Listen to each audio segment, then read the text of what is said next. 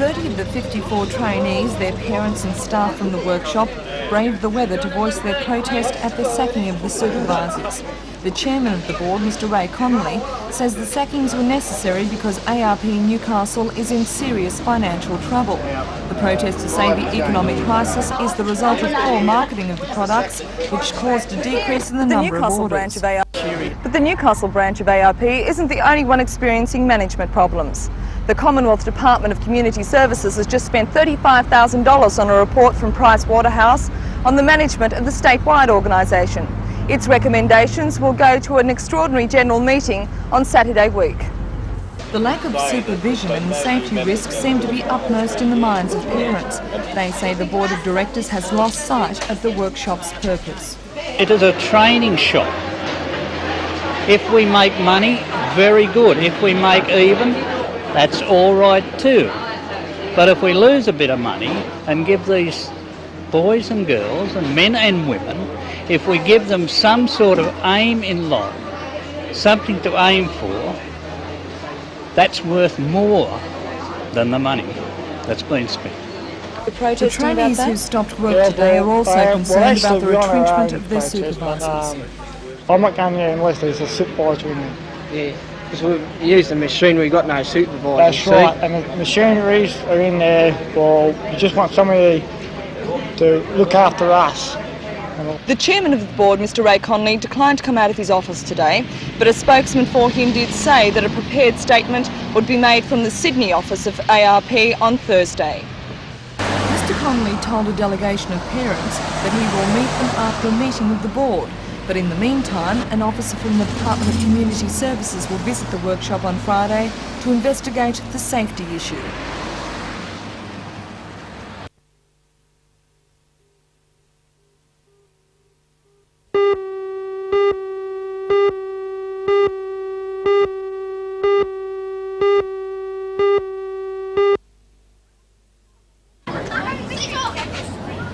"24-year-old Kim Hicks is a former Australian gold medal swimmer in the 1500 and 400 metres freestyle.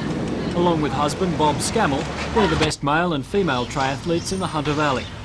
But while Bob says that's as far as his achievements in the triathlon go, Kim is the favourite to take up the Australian triathlon title in Melbourne in 10 days.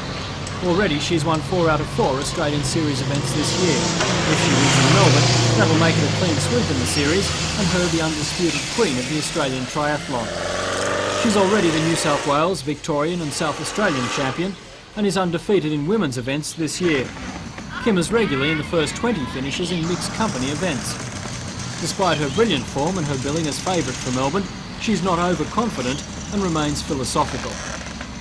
I feel a little bit apprehensive sometimes when I think about being the favourite, but I can only do my best and that's what I'll set out to do.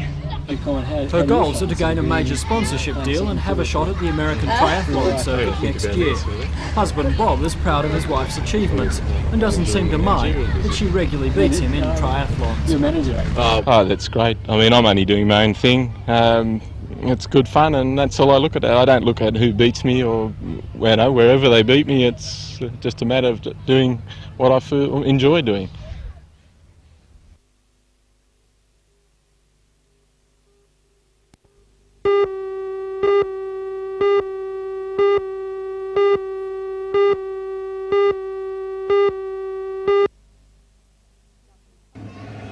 Government-funded childcare centres throughout Australia took part in a national day of protest. The cuts were announced in last year's budget and will take effect from the 1st of next month. Staff at Hamilton Daycare Centre say their operation subsidy will be reduced from $50,000 to $18,000 per year. To cover costs, fees will be increased from $2 to $25 a week, depending on the parent's income. Moderate income parents on, say, a combined gross family income of $35,000 will have to pay an increased fee of around $25 per week, which they can ill afford.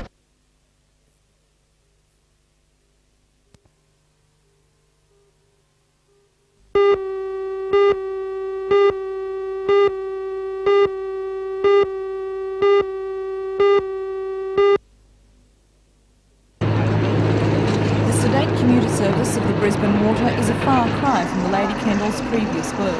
The 47-metre, 75-tonne ship, which is owned by Alan and Warren Draper, has a lot to boast about. She was built in 1901 by convicts and for the next 50 years worked as a cargo ship for IXL, transporting apples from Tasmania to the mainland and tinned food back to the island state. For many years, the Lady Kendall held the record for the fastest voyage across Bass Strait. Since then, she's been converted from sail to diesel motor, but even that hasn't retarded her pace. Last weekend, she won the Pittwater ferry race. But not content with the quiet life, the Grand Lady is to undergo another change at the end of the year, as Alan Draper explains. Well, towards the end of this year, the old Lady Kendall won't be a ferry anymore. We're taking the whole deckhouse off, and she's going back into sail for the Bicentenary Tall Ships race, and we'll be a Central Coast entry in that particular event. In 1988, January 1988, 124 tall ships from all over the world are coming to Australia. All the Navy training ships from Russia and Denmark, Sweden, even Indonesia's got one. And they'll be sailing from Hobart to Sydney, and it'll be quite a spectacle. That 124 windjammers sailing up Sydney Harbour, and we hope to be out in front on that one too. We don't want to tarnish the record of the old Lady Kendall.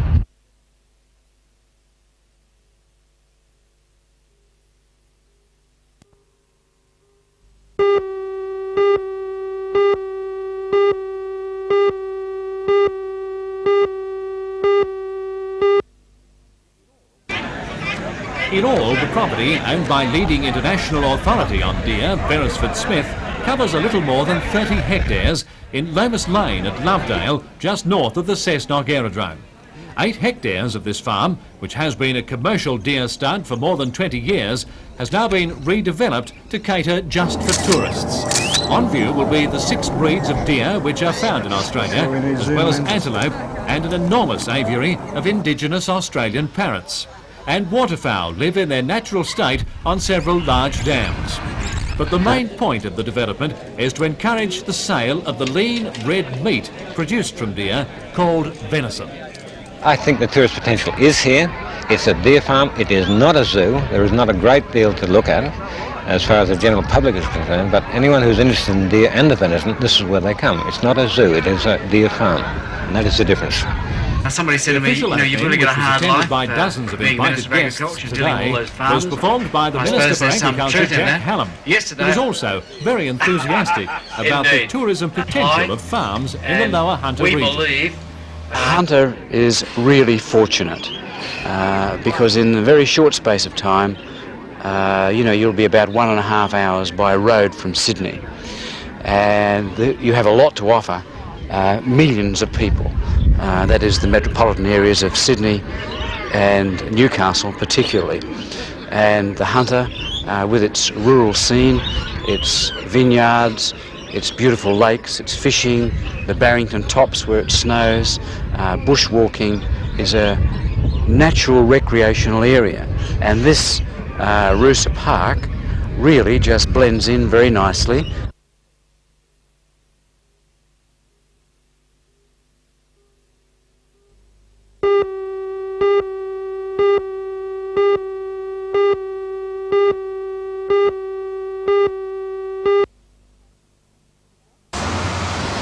The gas leak in the Department of Housing in Derby Street was noticed when employees arrived for work this morning. The building was evacuated, with most of the workers taking the opportunity to enjoy the sunshine in the park.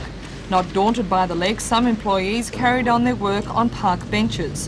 Customers who had come to pay their rents waited patiently outside until the gas dispersed about an hour later. Nearby service station owner Gary Shakespeare says he first noticed and reported the gas leak on Monday. The chaps in the workshop said to me, can you pick up a smell of gas? And I said, yeah, it's been very strong all morning. And then from Monday on, I've had various customers coming in saying, gee, your petrol smells funny. And I said, well, the petrol can't change smell, really. There's a bit of a gas smell in the air somewhere. The Hunter District Water Board says the gas was from sewer mains. The spokesperson of the Water Board claims a nearby commercial development has been in breach of the Trades Waste bylaw for pouring cooking fat down the drain. The board says the fat solidified, trapping the gas, which escaped into the drainage system of the Housing Department building.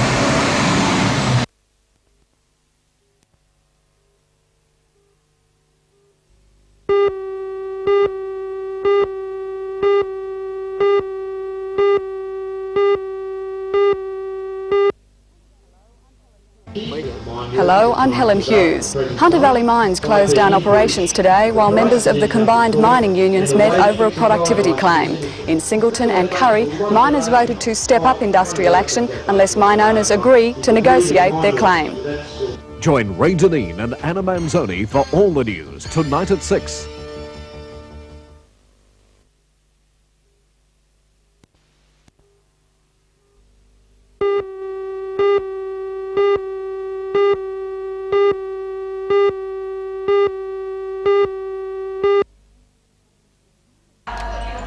It's a team of dedicated and committed educators who teach the children involved with the special education programs. The centre is a place for youngsters with developmental disabilities to learn new techniques in communication, increasing their power to learn. Some of the children like these young ones are born with congenital handicaps, such as spina bifida, Down syndrome and cerebral palsy. For them, it's a chance to learn new skills. For others, they must relearn, as in Nathan's case. 8 months ago, 6-year-old Nathan was riding his bicycle when he was hit by a car. Although none of his bones were broken, he suffered head injuries, which caused brain damage and 4 months under hospitalised supervision. Since beginning a special program which includes hydrotherapy, Nathan's condition has improved dramatically, regaining muscular movement as well as intellectual capabilities. I asked Nathan's father just how much he had progressed so far. You couldn't estimate it. It was just so great. His mental aptitude to do things, you know, to pick up a fork or to put a pencil into a hole. You know, he can do that now. When he first came here for his assessment, you know, the idea was there, but the ability to put it there was none. The Centre's junior intervention classroom is an intensive short-term program. Primary school-aged children who find normal schoolwork difficult come together 4 mornings a week for 10 weeks. Susie is a school champion swimmer, but although she can read and spell, it's harder for her to understand mathematical skills. But she's learning. Whilst there are 18 full-time staff members, the centre is a training ground for students undertaking the special education course at the college. Not only do the children learn from their teachers and vice versa, but parents are also encouraged to participate with their child's education, monitoring their progress behind special windows. The success of the centre can be found with the improvement rate of students reaching more than 50%. But at a stage where expansion of the centre is necessary, staffing demands have also increased. We are a specialised area, and because we are specialised, we need the closer supervision of the staff in particular training ventures. This closer supervision is very demanding on staff numbers. At this stage, the centre relies heavily on donations and government funding, but there's concern over the future of the special education programs. We are quite desperate indeed to get a little bit more help from the government authority, who in this case is the Higher Education Board. If you can't get the funding, what's the future for the centre? Some parts of it may have to run down.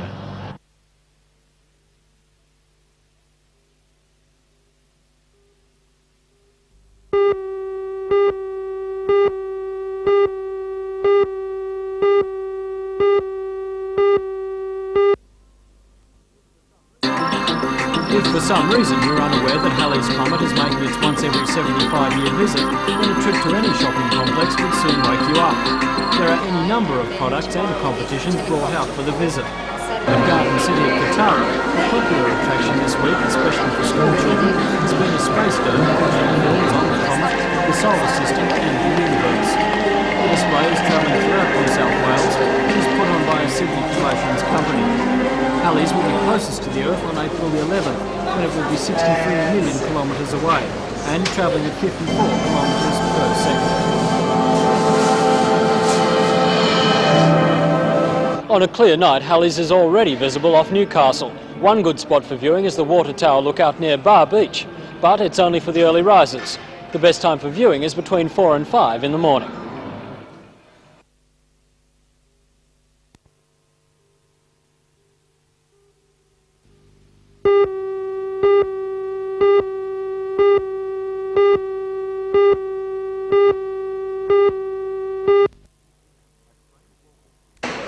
trainer Wal Bentley's gym last night, Tiger Hammer was looking light on his feet in preparation for the big fight.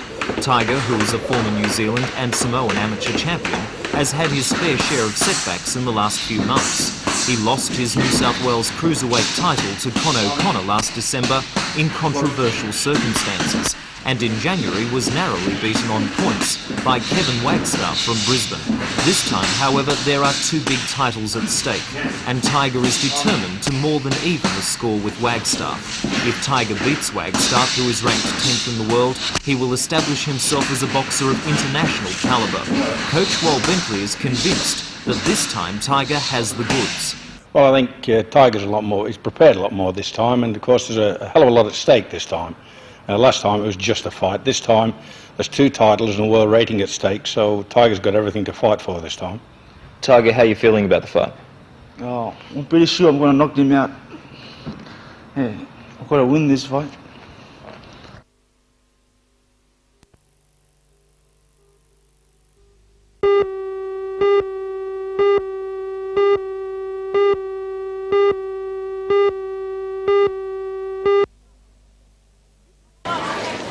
This is all that's left of the three shops.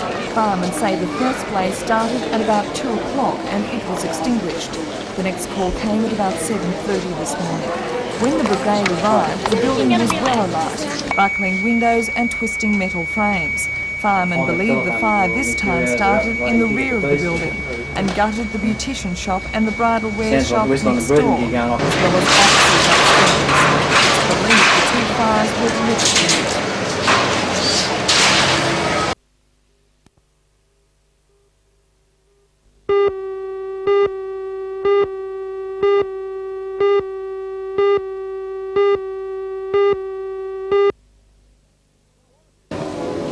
Four events will be conducted tomorrow, with the remaining three listed for Sunday, climaxing with the Grand Prix special at 2 o'clock.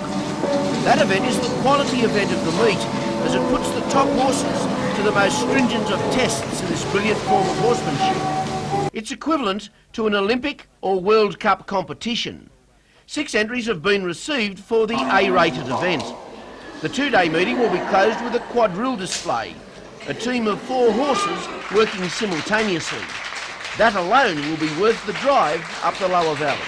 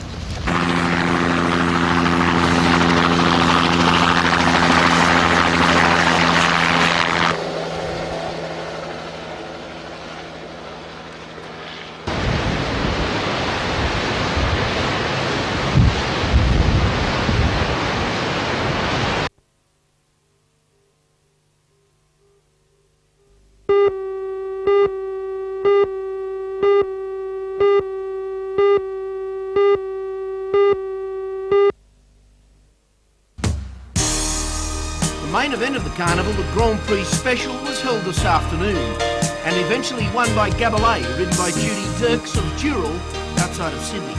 Second, King's Crichton with Anne Homer in the saddle, with Tavistock Mishka, Jan Usherwood in third place.